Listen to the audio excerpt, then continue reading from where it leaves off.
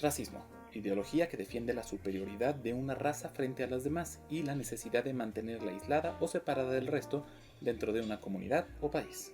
Racismo, la exacerbación del sentido racial de un grupo étnico que suele motivar la discriminación o persecución de otros u otro con los que convive y que habitualmente causa discriminación o persecución contra otros grupos étnicos.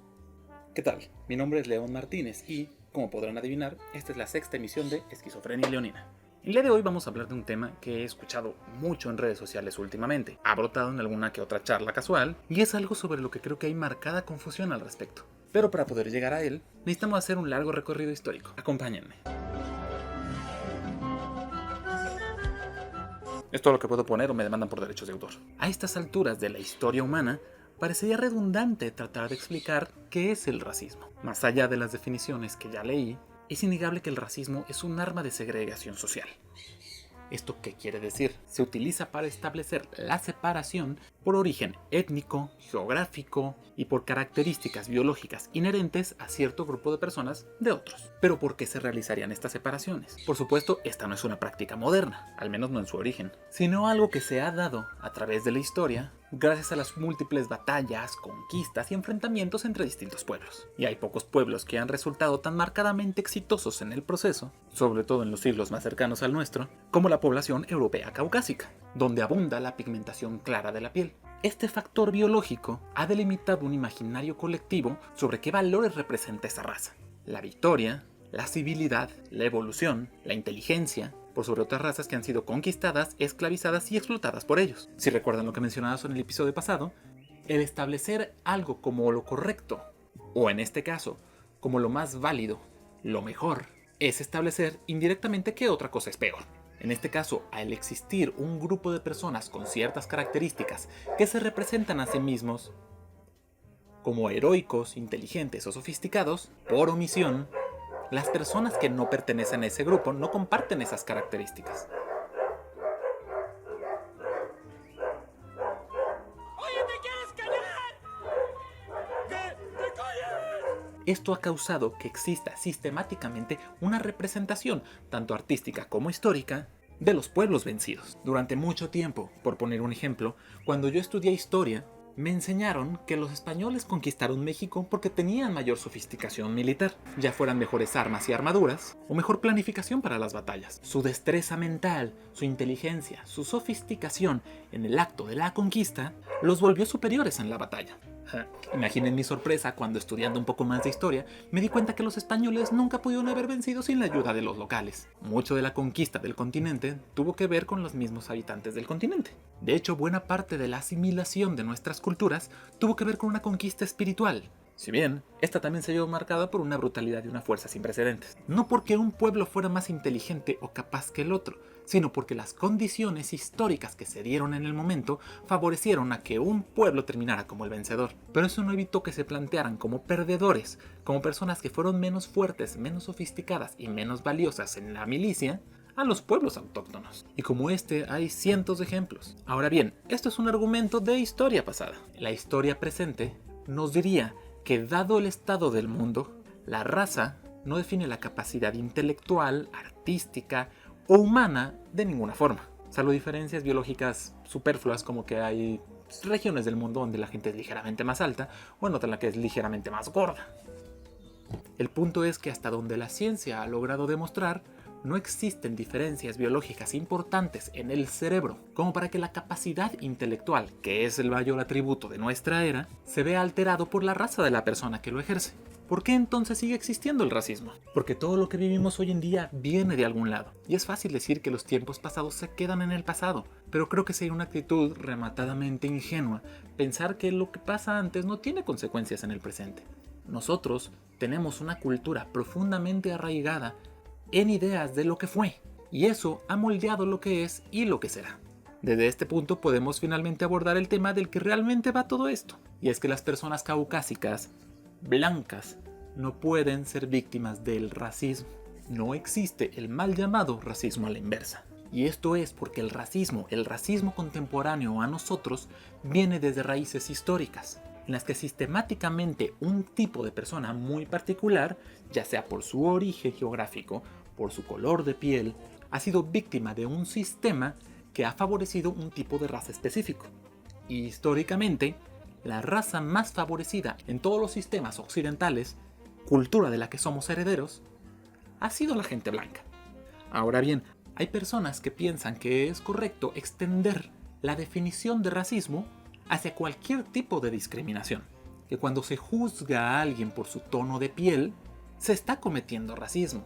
Pero el racismo dista mucho de tener que ver solamente con juicios. Tiene que ver con un sistema de explotación, una formación social, cultural e histórica en la que se ha degradado su posición como ser humano, su valor como persona.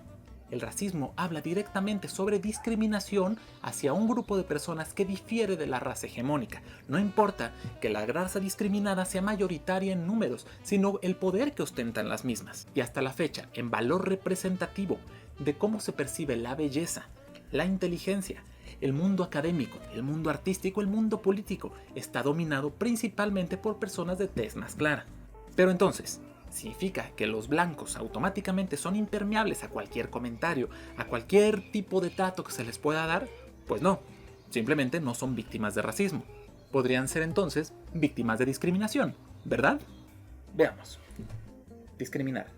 Dar un trato diferente a personas que merecían recibir el mismo trato que otras partes de su género y que suponen beneficiar a unos y perjudicar a otros sin más motivos que las diferencias de raza, sexo, ideas políticas, religión, etc. Muy bien. Entonces, ¿qué clase de personas podrían entrar aquí? Por dar otro ejemplo, la discriminación que históricamente sufrieron las mujeres por parte de los hombres es eso precisamente, discriminación. Tampoco podría llamársele racismo, así como la que ha sufrido la población LGBT. ¿Por qué? Porque el ser mujer o el ser LGBT no tiene nada que ver con el color de la piel. Es un estado general de la humanidad. Por lo tanto, una persona blanca, que ya establecimos, no podría sufrir racismo, sí podría sufrir discriminación. Ahora bien, estamos ateniéndonos a estas definiciones de diccionario y a estos conceptos terminantemente sólidos de qué es el racismo y qué es la discriminación. Si nos vamos a un plano un poco más abstracto, habrá personas que seguirán defendiendo que las personas blancas sí pueden ser víctimas de racismo, porque es una característica biológica de su pueblo lo que los define de este tipo de personas. Ok, son personas racializadas, eso no tiene lugar a dudas, pero siguen sin ser víctimas históricas, sistemáticas, de opresión, de desvalorización humana, etc. por ese motivo. Ahora, existe actualmente un clima que rechaza la discriminación en todas sus formas. Es un clima principalmente social que se ha llamado corrección política. Que bien sabemos, la corrección política va cambiando según el tiempo, porque lo que es políticamente aceptado o políticamente incorrecto depende del discurso hegemónico. Pero no entraremos en detalles de ese tipo por ahora. A lo que voy es que si bien dos personas pueden ser víctimas de la misma condición humana, como lo es la discriminación, el efecto directo que tiene sobre las personas, sobre lo que este grupo étnico representa en el gran esquema de las cosas de la sociedad, no es el mismo. Pongamos un ejemplo. Decirle a una persona negra que es ratera alimenta un discurso histórico que ha salido a lo largo de grandes generaciones, que ha estigmatizado a su gente como delincuentes. Decirle a una persona que es un ratero porque es blanco es un insulto hacia esa persona. Podría relacionársele con que los empresarios de altas bancadas son rateros, pero nadie se atrevería a decir de forma directa, cierta e inequívoca que los blancos son rateros. Tal vez si estudiaron un poco de historia. Pero el discurso dominante no estigmatiza a la gente blanca como delincuentes. En cambio, sí estigmatiza a la gente negra. Un comentario aislado, discriminatorio o una acción individual discriminatoria no alimentan forzosamente un discurso dominante. Así que no es lo mismo sufrir discriminación desde una condición privilegiada en la sociedad que sufrir discriminación desde una posición desfavorecida. Si tu raza, origen o preferencia sexual te tienen un papel desfavorecido, cualquier tipo de ataque adicional es proporcionalmente más dañino. Si tú vistes una armadura social que se basa en un derecho de cuna por el color de piel con el que naciste, estás protegido contra un sinfín de injusticias de las que jamás vas a ser víctima. No importa las burlas, no importa los ataques que tú consideres por tu raza. Si se burlan de ti por ser blanco, eso no marca a tu grupo social, no te estigmatiza ni te quita oportunidades. No degenera tu valor de vida humana. Mientras que sí lo hace para muchísimos otros grupos étnicos. Y repito, no significa que por ser blanco no puedas ser víctima de discriminación. Simplemente no eres víctima sistemática, no es una discriminación equiparable, porque una persona blanca no va a sufrir persecución. Ahora, mucha gente podrá argumentar que existen áreas grises para ejercer este tipo de críticas. Por ejemplo, si siendo tú una persona blanca, recibes burlas desde una posición en la que la gente se ríe del absurdo que representa tu posición social. Esto se acerca a uno de los tipos de comedia más antiguos del mundo, que es la sátira. Se basa en la exaltación de rasgos que pueden definir un grupo, una persona o una situación, llevarlos al nivel del absurdo para poder burlarse de ellos. Pero no es lo mismo burlarse de alguien diciéndole maricón, siendo que a las personas de su condición se les asesina por ello, que burlarse de alguien diciéndole cállate blanca. Porque a las personas blancas no se les mata por ser blancas. Se les puede juzgar, se les puede hacer burla, como una crítica, como una forma de apropiarse de un poco de poder representativo para recibir algún tipo de ataque.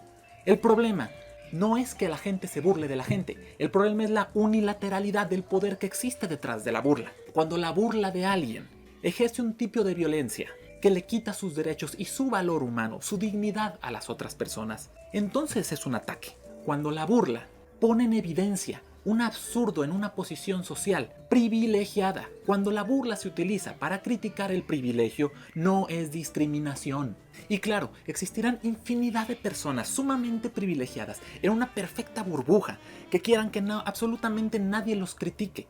Que no critiquen los privilegios que han tenido históricamente, que no se les juzgue por ser herederos de una cultura que los ha favorecido por encima de todas las demás personas. Y que inclusive se quieran lavar las manos, diciendo que hoy en día ellos no representan eso. Por supuesto que hay mucha gente que no la representa. Hay gente de tez clara, que denuncia los crímenes de odio, que denuncia los crímenes contra las mujeres, que defiende la revalorización de las personas a través de su raza, no para desaparecer diferencias, sino para que las diferencias no marquen el valor de una persona.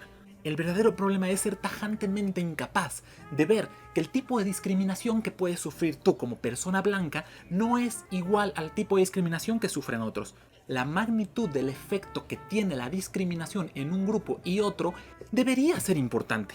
Y mientras tú estás quejándote de que una persona se burle de que compraste un nuevo iPhone, de que te pagaste una carrera universitaria y no sepas ubicar un continente, y te vas a un rincón a llorar porque tu acento te está marcando y te está estigmatizando y la gente te está discriminando. Hay gente a la que burla tras burla siguen sembrando un semillero de odio por el que la gente cree que tiene derecho a salir a las calles a matar a golpes a una persona, por el que sienten que pueden imponer su voluntad sobre el cuerpo de una mujer y destruir su integridad desde las decisiones que se toman sobre su cuerpo, desde el papel político y social que puede tener dentro y fuera de su hogar. Esos son problemas de discriminación.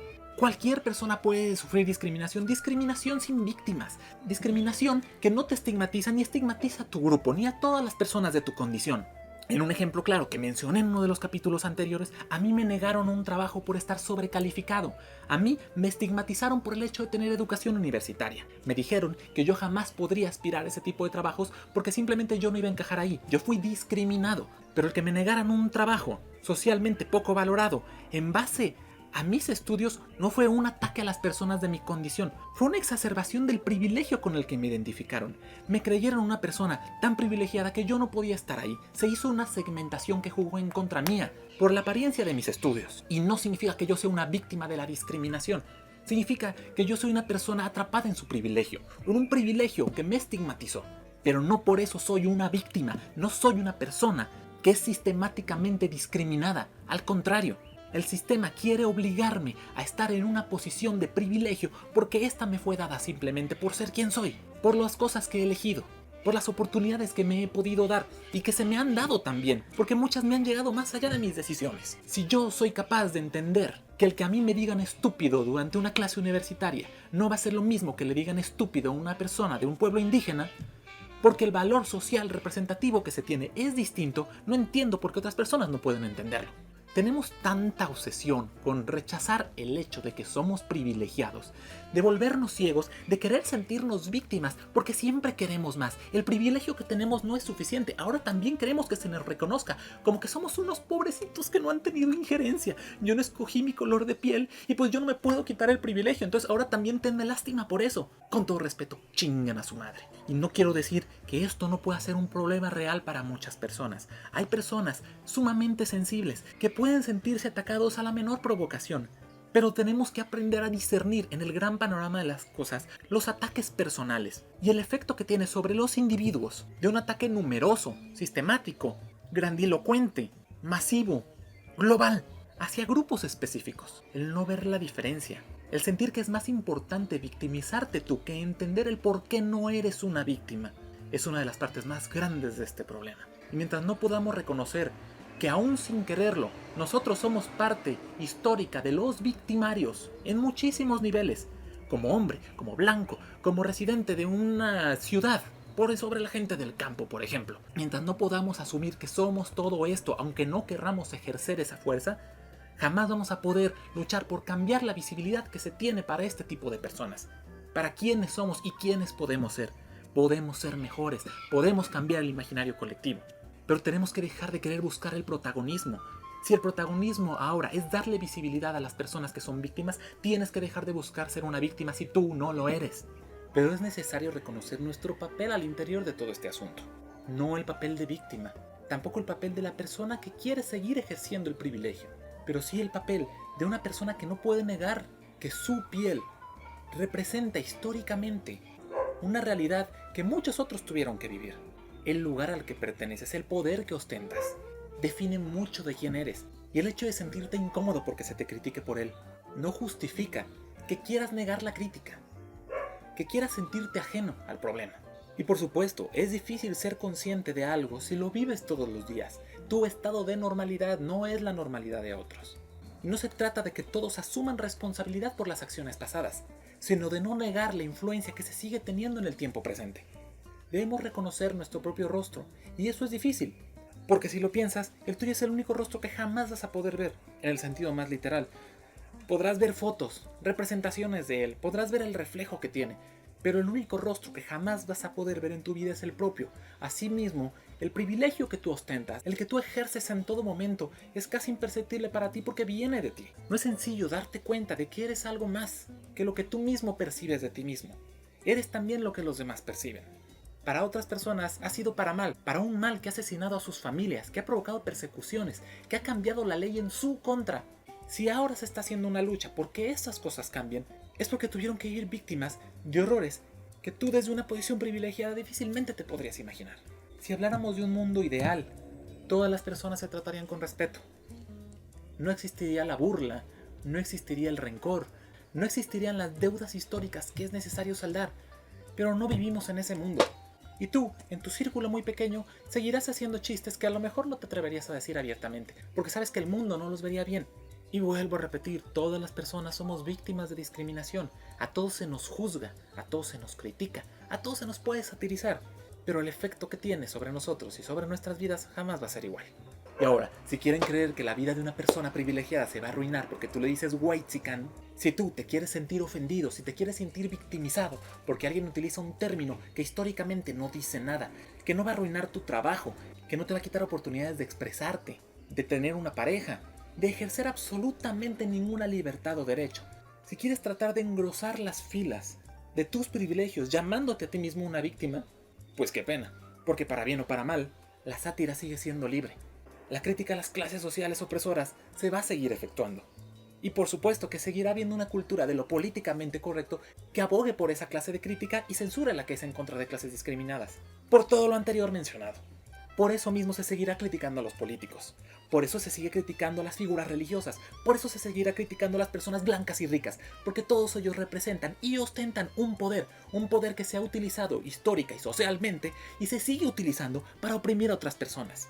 Si tú representas el bando de la opresión, siempre vas a ser víctima de este tipo de discriminación, de este tipo de burlas. Y ¿sabes qué? No está mal. Si tú no ejerces este tipo de trato, si tú no eres ese tipo de persona, déjalo pasar. Una persona que no debería de permitir ninguna clase de crítica de ese tipo, que no debería de permitir la burla, es aquella que a través de la burla va a perder su integridad como ser humano.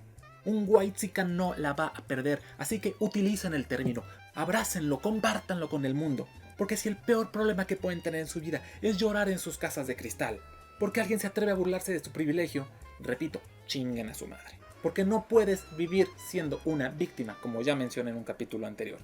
Todos somos víctimas, todos somos victimarios. Pero la magnitud de las cosas por las que lo somos es diferente. La calidad de análisis que podemos tener sobre nosotros, sobre cómo el mundo actúa en nosotros, sobre las palabras que utiliza para definirnos, es diferente. Ayúdate un poco, ten un poco más de criterio, deja que tu seso crezca un poquito más. Sé autocrítico. Y si me sobreapasiono con este tema es porque este es otro de esos ejemplos que ya mencioné en otro capítulo anterior. Este capítulo está volviendo de las menciones de capítulos anteriores, lo siento. De que tantas personas se sigan poniendo la máscara de víctima. Se vuelve su piel, se vuelve la única forma que tienen de expresarse y eso es muy cansado. Y este es otro de los múltiples temas, otro de los múltiples discursos que la gente utiliza para hacerse la víctima. Víctima. Por amor de Dios, somos mejores que esto. Somos más inteligentes, somos más grandes, somos más civilizados. O al menos eso es lo que quiero creer. Creo que es todo lo que quiero hablar sobre el tema por ahora. Terminaré como de costumbre con uno de los relatos de bolsillo. Este se llama transfobia. Miró largo rato el insulto escrito en la puerta antes de atreverse a cruzar. Habían forzado la cerradura y en el suelo de la cocina quemaron cada uno de sus fotos. Maquillaje, vestidos, incontables recuerdos de una vida feliz, cuya existencia de pronto se había convertido en el combustible del odio ajeno. En su armario dejaron de lado la ropa masculina, aquella que usaba antes de atreverse a admitir quién era, pero ella ni siquiera la miró. En la oscuridad, frente al espejo, contempló sus manos, su rostro, sus ojos, y comenzó a llorar. Junto a las cenizas de tantos recuerdos que un alma enferma había osado arrebatarle, a plena vista para cualquiera dispuesto a mirar, las lágrimas brotaron del corazón roto de aquella mujer. Eso es todo el contenido que tengo para ustedes por ahora. Disfruten de los ladridos de ese perro. Así que ya conocen el protocolo. Síganme en Facebook e Instagram como León Martínez Letras, o en Spotify, YouTube y iTunes como Esquizofrenia Leonina. Me encanta recibir sus comentarios y sugerencias para estos temas, así que estaré a la espera de lo que tengan que decir. Nos veremos en el siguiente capítulo y mientras, pásenla bien.